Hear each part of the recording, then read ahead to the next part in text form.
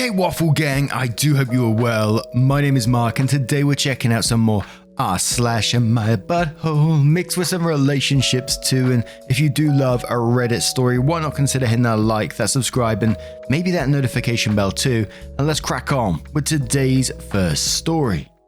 Now, today's first story is from Burnt Toast, who says, "Am I the arsehole for spoiling my best friend's proposal?" And yes, it does come with an update. So I, 27 female, am getting married to my fiance, 27 male, in a little under 3 weeks. Everything has been going amazing with the planning and I'm ecstatic for the day. My best friend, Cassie, whom I've been friends with since we were 10 years old, is my maid of honor. She is truly one of the sweetest people I've ever met and has stuck with me through everything. She's been the biggest help in planning this whole ordeal and I wouldn't trade her for the world. However, I've never been the biggest fan of her girlfriend, Sophie. I always show her respect and try to include her in things, but she's a huge introvert and sometimes it can come off as disrespect in return. Cassie's own words. But they always seem to be very happy together, so I hope she warms up to me a little in time. They've only been together for a little over a year and a half. Several days ago, Sophie approached me, asking me if I'd be okay if she proposed during my reception. She claimed it would be a great way for Cassie and I to bond more, having our weddings linked and all of that. Not that we need any more time to bond, she's already my other half. I love Cassie to death, but I'd never allow that for anyone. I shut the idea down immediately and Sophie got all pissy with me and left. She said something along the lines of, "I don't need your permission anyway," and walked out the door. This made me fearful that she had attempted it anyway, so I went to Cassie. Needless to say, Cassie was mad. I never really see her get angry, but she was livid. She apologized profusely and said she couldn't believe Sophie would ever think of doing something like that, and that was the end of our conversation. However, 2 days ago I got another call from Sophie, berating me for spoiling her plan to propose, and was informed that Cassie would be attending the wedding by herself and is currently not speaking to her. I was concerned that wasn't the entire story, and so I called Cassie. She was a mess, said she was staying with her parents right now and disinvited Sophie as her +1 because she was scared Sophie would have proposed anyway, given the chance, and she didn't want to ruin my wedding. I told her to come stay with me for a while instead, and she showed up several hours later, still a complete mess. She said that her and Sophie had a huge fight and she was reconsidering whether or not she wanted to stay in this relationship. According to Cassie, these huge fights are a common occurrence. I feel awful for ruining her proposal and potentially ruining her relationship. Cassie has been picking herself up in front of me and continuing to be great with the last minute to-dos, but I've caught her crying while I'm not around. I love her and I don't want her to resent me for this. So I need to know, am I the arsehole and is there anything I can do to fix this? Now, it's definitely not the arsehole. We've seen it time and time again where people try to propose at other people's weddings and I'm always like, what the bloody hell are you thinking? There's just so much wrong with that. There's one thing to ask to propose at someone's wedding. If they accept it, then great, if that's your thing. And you're 100% your partner would be happy with that. Imagine being proposed to in the middle of a wedding. Some people might absolutely love that, but for me, I'd be like, hell no. And I've seen a couple of videos with absolute disasters where people have proposed at others' wedding and been turned down, or they said yes and then when they got home they was like no, and they only said yes because they was called out in a public space. But the fact that she asked, you turned her down, and then she said, "I don't need your permission anyway." You're absolutely right to do what you did. And that's without looking at all the underlying issues here. Cassie said that these huge fights are a common occurrence. And so is a proposal the right thing to be doing at this moment in time anyway? It doesn't sound like it is.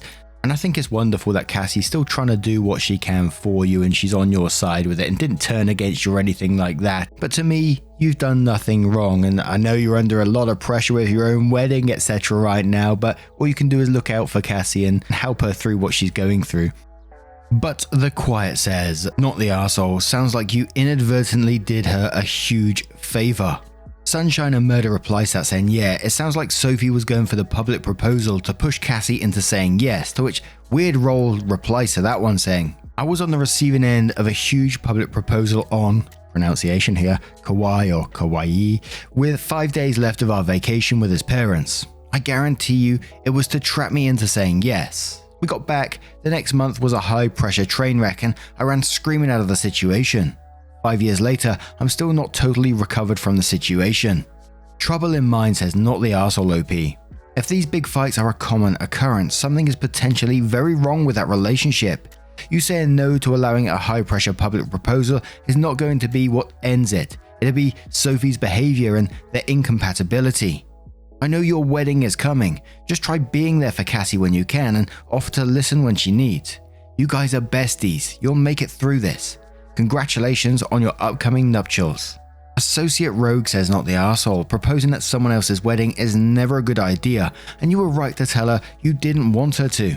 Sophie's reaction was way out of line, and I don't blame you for going to Cassie's to ensure it didn't happen anyway. The fights they've been having are on them, including this one. If Sophie can't stay stable in the relationship, that was never on you. Being the catalyst argument that split them up, I could see why you're feeling a bit guilty, but the last straw is never the only straw. It was going to happen sooner or later. At least now Cassie can move on to a healthier partner and relationship, and she has her best friend to help her through it. I really like that saying. I've never heard that one before, saying the last straw isn't the only straw. Interesting. Tigers says Cassie sounds like a complete doll and someone who has always had your back. This is the kind of friend you want to keep in your life forever. I suggest you take Cassie out for lunch and drinks, etc., just the two of you, and tell her you know she's hurting. Breakup is always painful, even if it's right. Ask her if there is anything you can do to help her. Don't be nasty about her ex, just be the same great friend back. Let her know that whatever is going on in your life, she is still important, and you will always be there for her, and she is being there for you. Good luck with the wedding, and I hope it is everything you wish for and more.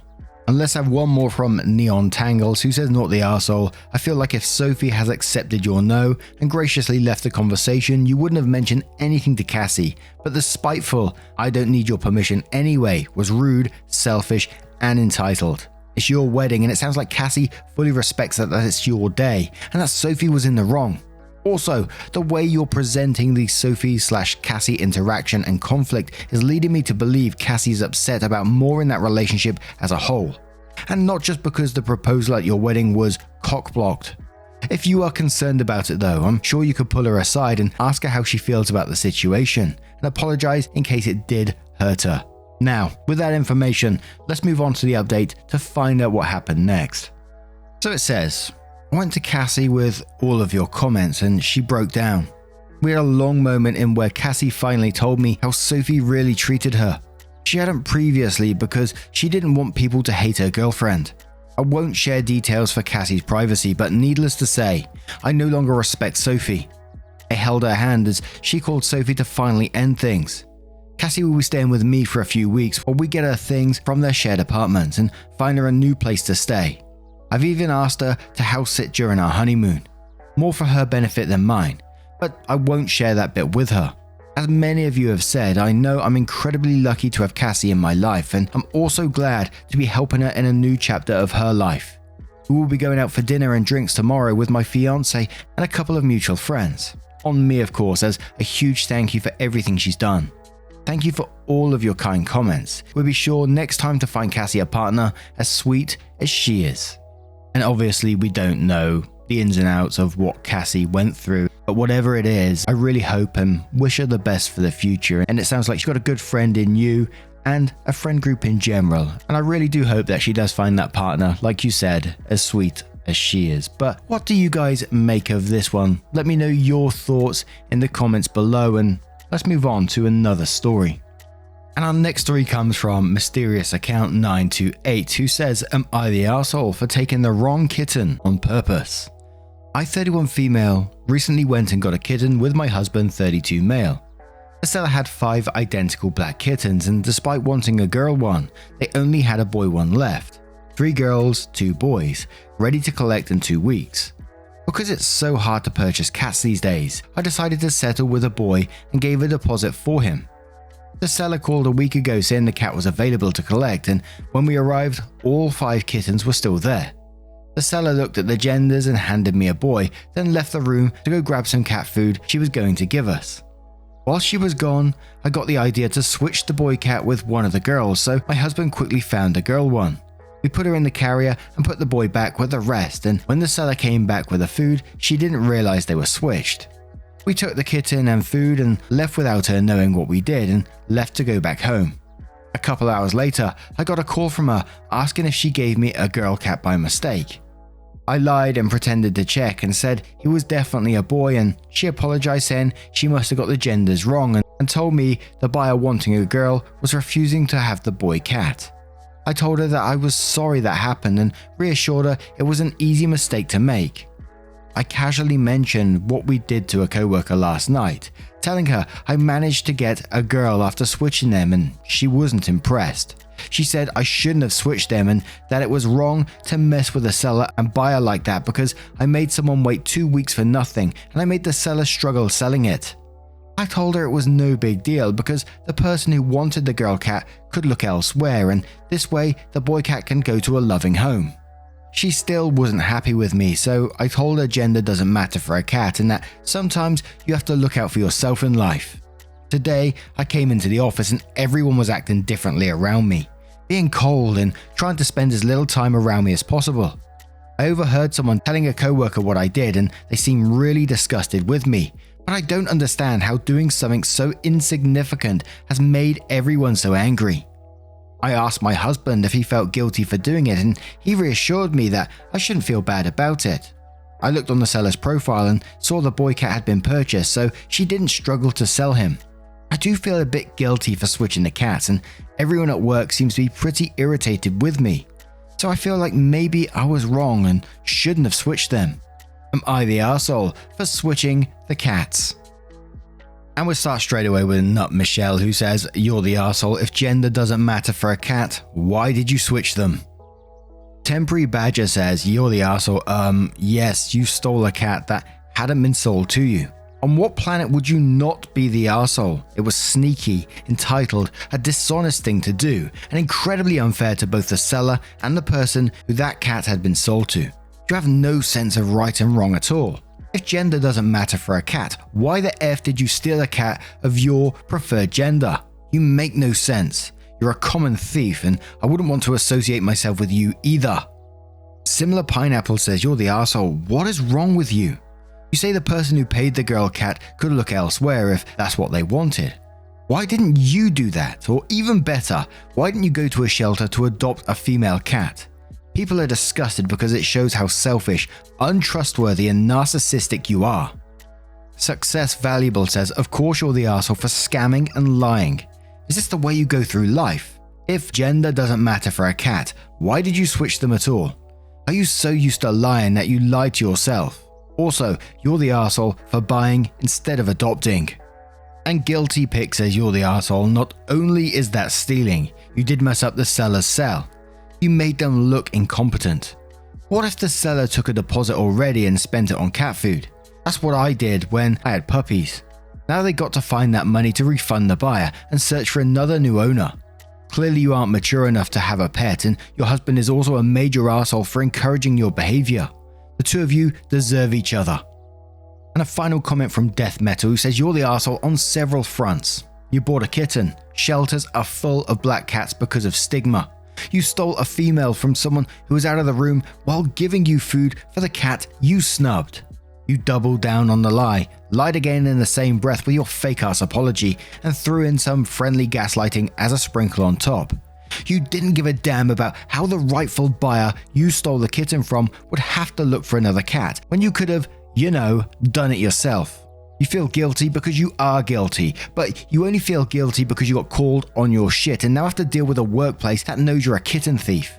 Side note, Jesus H. Christ. The words kitten thief make me die a little inside every time I write it, so thanks for that. You're an oxygen thief as well. You don't deserve cats. Cats certainly don't deserve you. Your husband is an arsehole too for validating your shit-attitude. I bid you a terrible day." Now, let's move on to the update to find out what happened next. Can it get any worse? So the update came 6 hours later after the original post, and it said, "In case anyone actually still cares. I wanted to post here and say that I read all of the comments and I realized how much I messed up. I didn't even care that much about the genders, so I know I said I wanted a girl more than a boy, but like I said, I was okay settling with a boy cat. I was just stupid and decided to switch them when the opportunity arose. I didn't care about the person who was supposed to get the girl cat because I didn't care that much myself and knew me wanting a girl was superficial and assumed their reason was the same. I read a comment where someone said they were only able to get girls due to breathing problems and how upset they would be if they had a deposit on a kitten they weren't able to get, and it made me realize I really messed up. I've decided that I'm going to contact the seller tomorrow and tell them it turns out that we actually got a girl. I'm going to ask them to contact the person who originally wanted the girl cat and see if they still want her, as like I said, cats are hard to get in my area. I know a lot of people were saying go to a shelter to adopt a cat, and I would, but it's genuinely hard to get cats these days. Despite having a big house and backyard, no shelter near us will give cats to people who live by a main road, and because my husband and I live near one, no one will give us one. It took 5 months of looking through listings to find a cat near us because they sell really quickly, so I was lucky to find the listing when I did. But now I've wasted all that time, money and effort because I was stupid and decided to switch the cats. I just wanted to say thanks to everyone who commented on my post while it was still up. And I'll just give you a general overview on the comments on that one. And a lot of people were still piling on OP, and some people were saying like they respect them for making this choice and hope they do follow through with it, but also that they couldn't get a cat from a shelter because of the main road. But then they also mentioned about having a big backyard, so assuming that they wanted an outside cat anyway, which is dangerous near a main road, and people were not happy about that, obviously. But what do you guys make of this one? Let me know your thoughts in the comments below, and let's move on to another story. And our final story comes from Throwaway Drama, who says, am I the arsehole for pulling out of a girls trip late notice to be with my stepkids? I, 42 female, married my husband, 43 male, 11 years ago. I have 2 stepkids, 16 female and 13 non-binary. I am incredibly close to both of them, and there aren't enough characters allowed in these posts for me to accurately state how much I love them. My stepkid's mum died tragically and unexpectedly 2 weeks ago due to circumstances that I'm not entirely sure I'm allowed to include in this post. She had her issues, no doubt, but for all her faults, she loved her kids and did her best with them. Both my stepkids are obviously struggling to cope with the shock of this, and my husband and I are doing all we can to help them process everything. Next weekend would have been their mum's birthday. This is obviously going to be an emotional weekend. First events without a loved one are always hard, and this one is so close to her death, which just makes it even harder. I originally planned a girls' trip with some old friends from college for that weekend. Obviously, when we were making the arrangements, there was no reason to believe this would have been an issue. The kids would have been with their mum, my husband would have had the house to himself, and I would have had a fun trip with some people I haven't seen in a while. However, a little over a week ago, I made the decision that I needed to back out of the trip to be with the kids. They never asked me to do this, but they both said they were happy I was going to be around for the birthday weekend. I didn't think it would be that big of a deal. This was not a super extravagant trip, it's literally just 2 nights in our old college town together. No one needs to fly or take off work. I offered to still pay for my portion of the Airbnb, which is under my name, and said I would have to transfer some other reservations made under my name to someone else. The group chat got quiet for a while, and then people started railing into me. Apparently some of the activities we were planning have required amounts of people, and with me gone, they have to cancel them and scramble to figure out something else to do. I also have worked at most restaurants in our college town during my time there and still have connections that tends to get us discounts, free drinks, etc. And now without me, that might not be possible. The consensus seems to be that I'm desperate to take over the mum role, and I'm screwing over the whole group to play mum with 2 kids that will never be mine. Actual quotes. I told them that I wasn't budging and we could either reschedule or they could do it without me. They refused to reschedule, so I said if no one takes over the Airbnb reservation, I was just cancelling it. 2 people in the group chat blocked me and most other people fell silent. One person called me and said I'm an arsehole for going nuclear just because people didn't want to accommodate me. I know this is a complicated situation and I feel bad that things couldn't work out like we planned, but my stepkids are more important to me than a trip. And you call these people friends? They are scummy people to say that you're desperate to take over the mum role, knowing what's going on. With friends like them, who needs enemies, right? Just a total lack of empathy towards the situation. Imagine hearing, your friend's family is going for an absolute tragic time and then come in with, you're desperate to take over the mum role. Holy shit, you don't need these people in your life, trust me. And I know there's bigger things at play in this particular story, but when we got to the part that says I have also worked at most restaurants in our college town during my time there and still have connections, I thought, because they're already treating you like shit, so are they just really just trying to take advantage of what you could bring to them, free drinks, discounts, etc. Because they don't sound like very friendly people. I mean shit, some of them even chat blocked you. Cancel the Airbnb right away. Cancel anything else that's under your name. Don't transfer it across. They don't deserve that. But Foam Injector says, not the arsehole. Damn, you ran with some fucked up girls in college. From the info, you were clearly not the arsehole, but you kept terrible company. They all sound straight up awful. CC says, not the arsehole. Your friends sound awful and heartless. You're doing the right thing. Your stepkids are lucky to have such an amazing bonus mum. Hot Honey Biscuit says, not the arsehole, but get new friends that don't suck. Fun Huckleberry says, not the arsehole, but sounds like your friends were just there to take advantage of the benefits your presence provided. And one more from Seawolf681 who says, not the arsehole, grieving children come first. I'd reconsider those friendships far before feeling bad over a girl's trip. Now, what do you guys make of this situation? What would you do in it if you was in that position? Let us know your thoughts in the comments below. If you have a moment, of course. And just a huge thank you from the bottom of my heart for getting involved in today's stories. Your love, support and time always means the absolute world to me. So thank you so much for being involved, getting involved in the stories. Everything, man, is absolutely incredible. Thank you so much. And hopefully I will see you in the next one. Take care. Have a great day. Much love to you.